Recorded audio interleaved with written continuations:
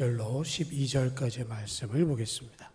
신약성경 373페이지 야고보서 3장 1절에서 12절까지의 말씀 봅니다.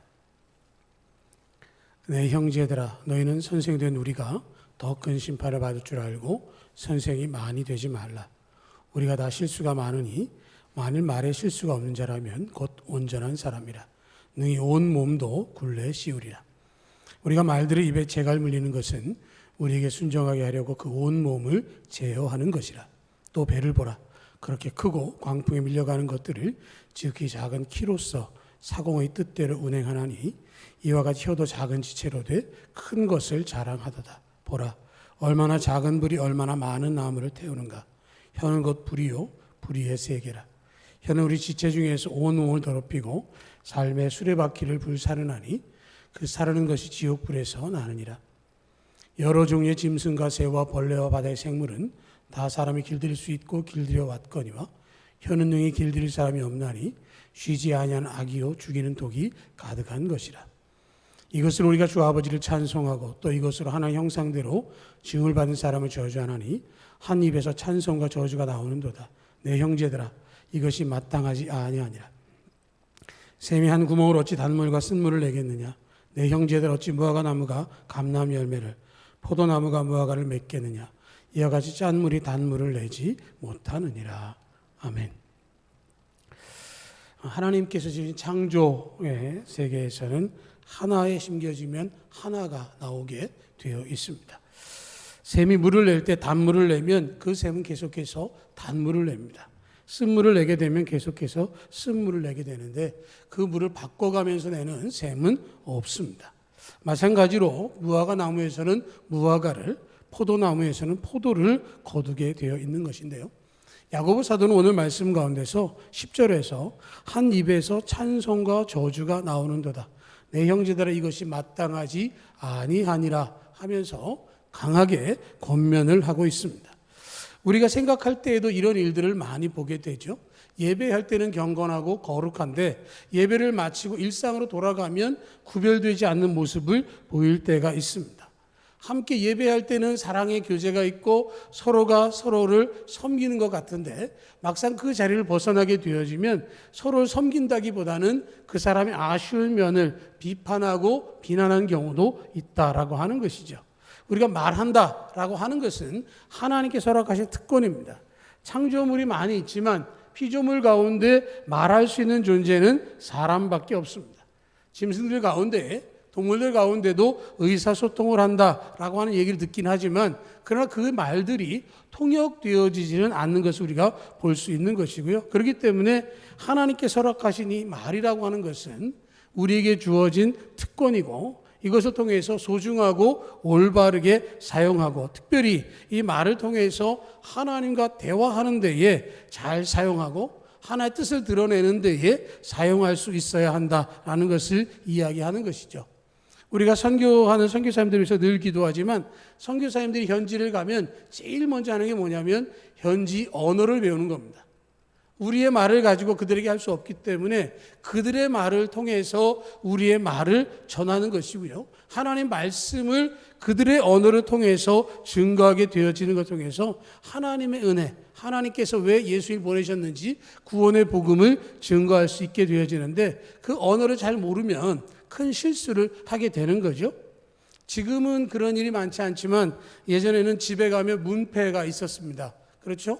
문패 이름이 써 있습니다. 그러면 그 집에 사는 사람은 누구죠? 문패 있는 사람이에요. 근데 우리나라 어떤 첫 선교사들이 와서 실수한 게 뭐죠? 문에 써 있는 건 다 문패라고 생각을 해서 아무 집에 가서 녹화하면서 그러죠. 개 조심시 계십니까? 그 개를 조심하라는 얘기인데 개 조심 문패처럼 보는 거예요. 그런 실수를 하기도 하는 것이죠. 하나님 주신 언어가 제대로 소통이 되어지고 그것을 통해서 하나님의 말씀이 증거되어지기를 원하는데 그렇게 되지 않은 일들이 너무도 많았다는 것을 이야기하는 것이죠. 우리 야고보서는 잘 알고 있는 것처럼 예루살렘 교회의 지도자였던 야고보가 쓴 서신입니다. 이 사람은 예수님의 육신의 형제이기도 하죠. 예수님이 공생을 하실 때에는 믿음이 없었지만 부활 승천하신 후에 예수님을 믿고 영접했고요. 늘 기도에 힘썼기 때문에 이 야고보를 향해서는 낙타무릎이라고 하는 별명도 있었습니다.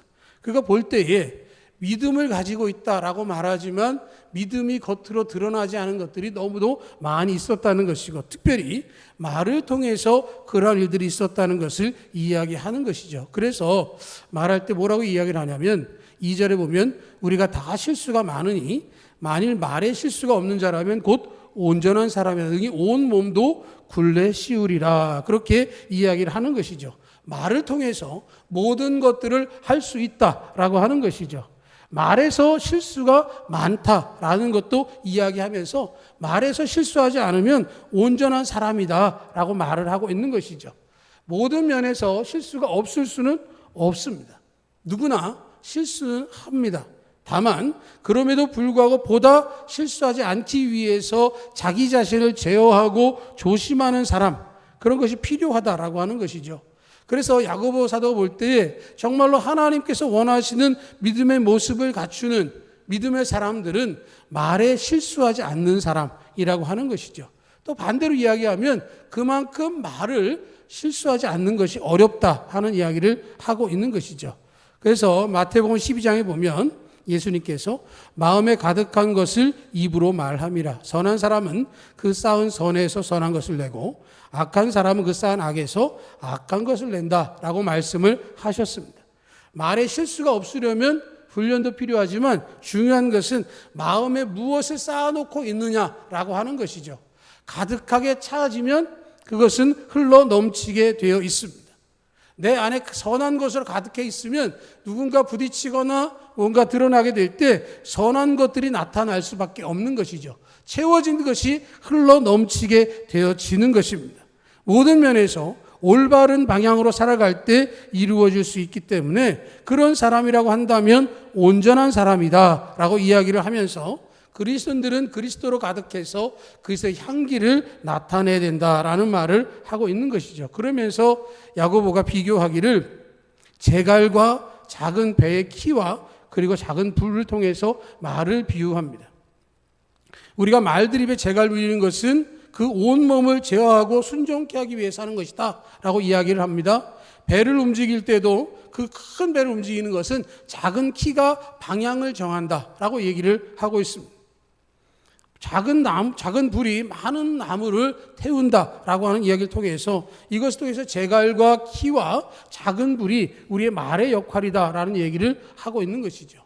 어떤 면에서는 긍정적인 것도 있지만 부정적인 일들이 일어날 수 있기 때문에 그만큼 조심해야 하고 긍정의 언어가 우리에게 필요하다라고 하는 것이죠. 벤 카슨이라고 하는 미국 존스 홉킨스 대학병원의 의사는 신의 손이라고 하는 별명을 가지게 되었습니다. 많은 의사들이 포기했던 4살짜리 아이의 뇌 종양도 수술했고요. 머리와 몸이 붙은 샴쌍둥이를 안전하게 분리 성공하기도 했습니다. 그래서 그 사람에게 많은 사람들이 물었습니다. 어떻게 그렇게 탁월한 외과 의사가 될 수 있었습니까? 라고 물었을 때에 자기의 과거를 이야기합니다.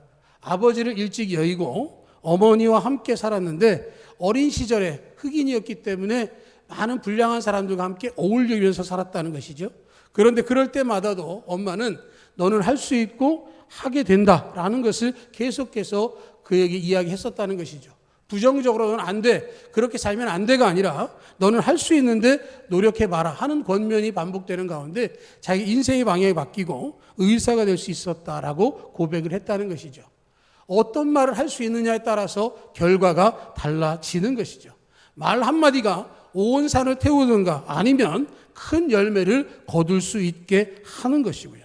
그렇기 때문에 혀라고 하는 것은 우리 몸의 가장 작은 지체이지만 가장 큰 영향력을 미치게 되어지는 것이기 때문에 긍정적이고 또 적당한 언어를 사용할 수 있어야 하는 것이죠. 그러기 위해서 우리는 신앙적인 말을 할 수 있어야 합니다. 먼저 신앙적이 되기 위해서 하나님과의 대화를 쉬지 말아야 하는 것이죠. 하나님 말씀하셨고 우리가 들었다면 하나님께 우리가 말씀을 드리는 것이 기도입니다. 하나님과 우리가 대화를 나누는 것이죠. 기도를 통해서 신앙적인 언어를 하게 됩니다.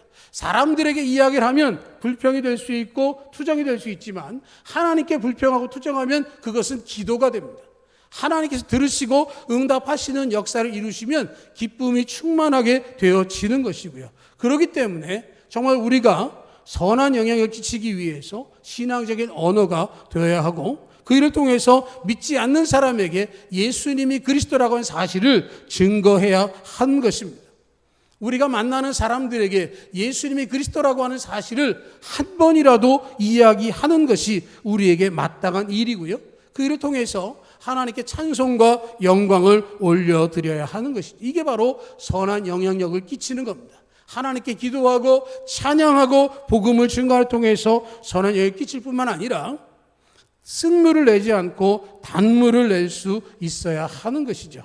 민수기 14장 28절을 보면 하나님께서 이스라엘 백성들에게 이렇게 대답하셨습니다. 너희 말이 내 귀에 들린 대로 내가 너희에게 행하리라. 이 말씀은 이스라엘 백성들이 가데스 바네아에서 12명의 정탐꾼을 가나안 땅에 보냈고 그들이 40일을 정탐원에 돌아와서 보고받았을 때에 일어난 사건입니다. 10명의 사람들이 그곳은 너무도 좋은 땅이고 열매도 무성하지만 그러나 우리 그곳에 들어가면 아낙 자손에게 밟히는 메뚜기와 같을 것이다 라고 하는 부정적인 보고를 했습니다. 여호수아와 갈렙은 하나님께서 보내신 그곳을 올라가면 그 땅을 우리에게 허락하실 것이다 라고 이야기를 했습니다. 그러나 10대 2의 비율로 인해서 많은 사람들이 우리를 죽이기 위해서 이끌고 왔느냐라고 하는 불평과 불만을 터뜨릴 때에 그 얘기를 들으신 하나님께서 말씀하신 것이죠. 너희 말이 내 귀에 들린 대로 내가 너희에게 행하리라. 그들의 언어를 들으신 하나님께서 그대로 이루셨습니다. 이스라엘의 출애굽한 1세대들 가운데 여호수아와 갈렙을 제외한 모든 세대가 광야에서 죽음을 맞이했습니다. 그들을 출애굽시켰던 모세조차도 요단강을 건너갈 수 없었습니다. 그가 느보산에서 가나안 땅을 바라보며 하나님 앞에 간절히 건너가기를 원했지만 하나님께 그의 눈에 담아두는 것으로 그를 사명을 다하게 하셨습니다.